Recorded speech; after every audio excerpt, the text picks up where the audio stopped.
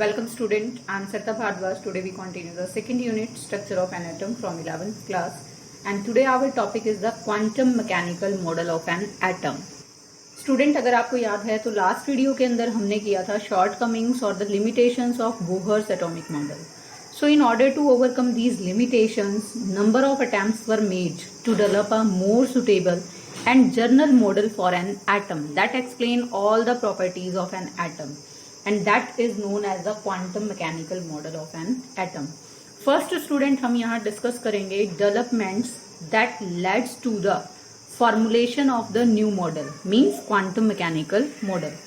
Basically हमारे पास student दो हैं developments that leads to the formulation of the new model. First is the dual nature of matter and second one is the Heisenberg uncertainty principle. Student यहाँ हम first discussion करेंगे dual nature of matter का. पहले भी videos में हम इसके बारे में बता चुके हैं. ड्यूल नेचर का मतलब क्या होता है? Having particle as well as wave nature. First of all scientist थे जो आइंस्टीन, उन्होंने सजेस्ट किया कि लाइट के पास ड्यूल कैरेक्टर होता है. उसी बात को लेकर इन 1924 साइंटिस्ट आए जिनका नाम क्या था? De Broglie. और उन्होंने क्या कहा कि just like the light all the microscopic particle like electron, proton, atom, molecules, all these have the dual character means they have both particle as well as the wave character. या फिर हम according to de Broglie क्या कह सकते हैं कि all the material particles in motion possesses the wave characteristics. means material particle character तो पहले ही है और साथ के साथ कौन सा character है? wave. means again dual nature. यहाँ पर student E negative means electron, P positive means proton. अब डी ब्रॉगलीज ने अपनी इस बात को प्रूव करने के लिए मीन्स ड्यूल नेचर को प्रूव करने के लिए एक रिलेशन दिया जिसका नाम क्या है? De Broglie's relation. And that is lambda is equal to H upon mv. Here lambda is the wavelength, H is the Planck's constant, m is the mass and v is the velocity. According to de Broglie's the wavelength associated with a particle of mass m moving with a velocity v is given by this relation. Now student, derivation of this de Broglie's relation, how this relation is derived. Student, de Broglie's relationship is derived by combining the ideas of Max Planck and the Einstein. Firstly student, according to Einstein E is equal to mc square, ये हमें पता है, इसको equation दिया हमने 1. According to Planck's E is equal to h nu, ये भी हमने किया है, इसको हमने दिया 2. Combining the equation 1 and 2. अब स्टूडेंट दोनों में ये वाली साइड इक्वल है तो हम क्या लिख सकते हैं? h nu is equal to mc square. As nu is equal to C upon lambda, हमें पता है, वैल्यू को पुट करेंगे. H is equal to C upon lambda is equal to M C square. यहां से हम सी को कैंसिल कर सकते हैं. तो जैसे ही हम सी को कैंसिल करेंगे हमारे पास क्या बचेगा? H over lambda is equal to M C. और अगर हम इसको रीअरेंज करके लिखें तो हमारे पास क्या आएगा? Lambda is equal to H upon M C. This is the de Broglie's equation that valid for the photon. ऐसा मैंने क्यों कहा स्टूडेंट? क्योंकि फोटोन कहां पर प्रेजेंट होते हैं? हमने क्या कहा था? Light not travel continuously but डिसकॉन्टिन्यूसली in the form of small discrete packets of energy, जिनको हम नाम क्या देते हैं? फोटोन. तो जो यहाँ पर C है, C क्या है? That is the velocity of light. तो ये लाइट से एसोसिएटेड है, इसीलिए हमने क्या कहा यहाँ पर? This is the de Broglie's equation that valid for the photon. In case of particle,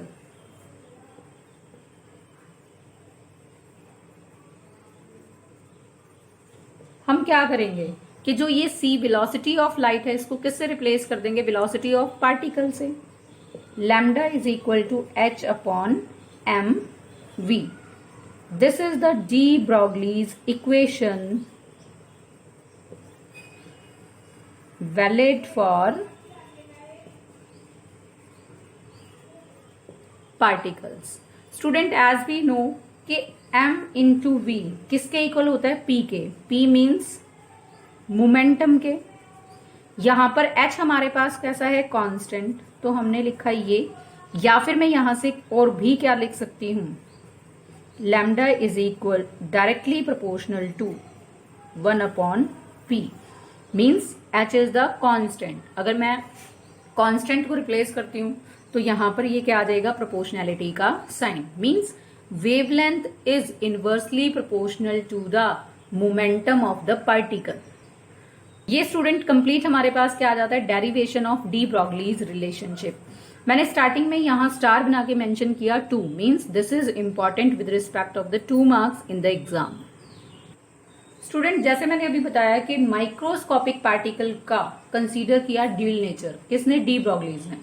तो अब हम जस्टिफिकेशन करेंगे dual nature of the electrons, means first हम जस्टिफाई करेंगे उसका पार्टिकल नेचर और सेकेंडली हम जस्टिफाई करेंगे उसका वेव नेचर।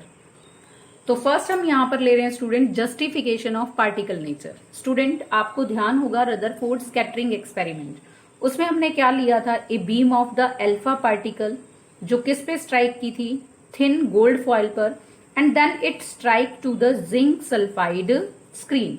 और वो जहां पर जाकर जिंक सल्फाइड स्क्रीन पर स्ट्राइक करती है वहां पर क्या प्रोड्यूस करती है, spot of light, and that is known as the scintillation, and that indicate the particle nature, means जो वो spot of light है वो एक जगह fixed है, that is not spread out like a wave, and this experiment shows the particle nature। तो अगर हम यहाँ पर पार्टिकल नेचर ना लेकर, सॉरी अल्फा पार्टिकल्स ना लेकर यहाँ पर किसको लेकर चले, इलेक्ट्रॉन बीम को, और इलेक्ट्रॉन बीम को स्ट्राइक करवाएं किस पर, जिंक सल्फाइड की स्क्रीन पर, तो सेम वहां पर क्या प्रोड्यूस होता है, spot of light, means scintillation produce होती है, and that experiment suggested the particle nature of the electron.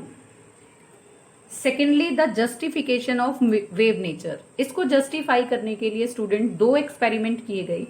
एक एक्सपेरिमेंट किया गया 1927 में by the combined efforts of the 2 scientists Davison and German, और वैसे ही रिपीटिशन में आया in 1928, सेम एक्सपेरिमेंट रिपीटिशन में आया by the scientist थॉमसन, और दोनों ही एक्सपेरिमेंट हमें किस चीज को जस्टिफाई करते हैं, wave nature of the electron को।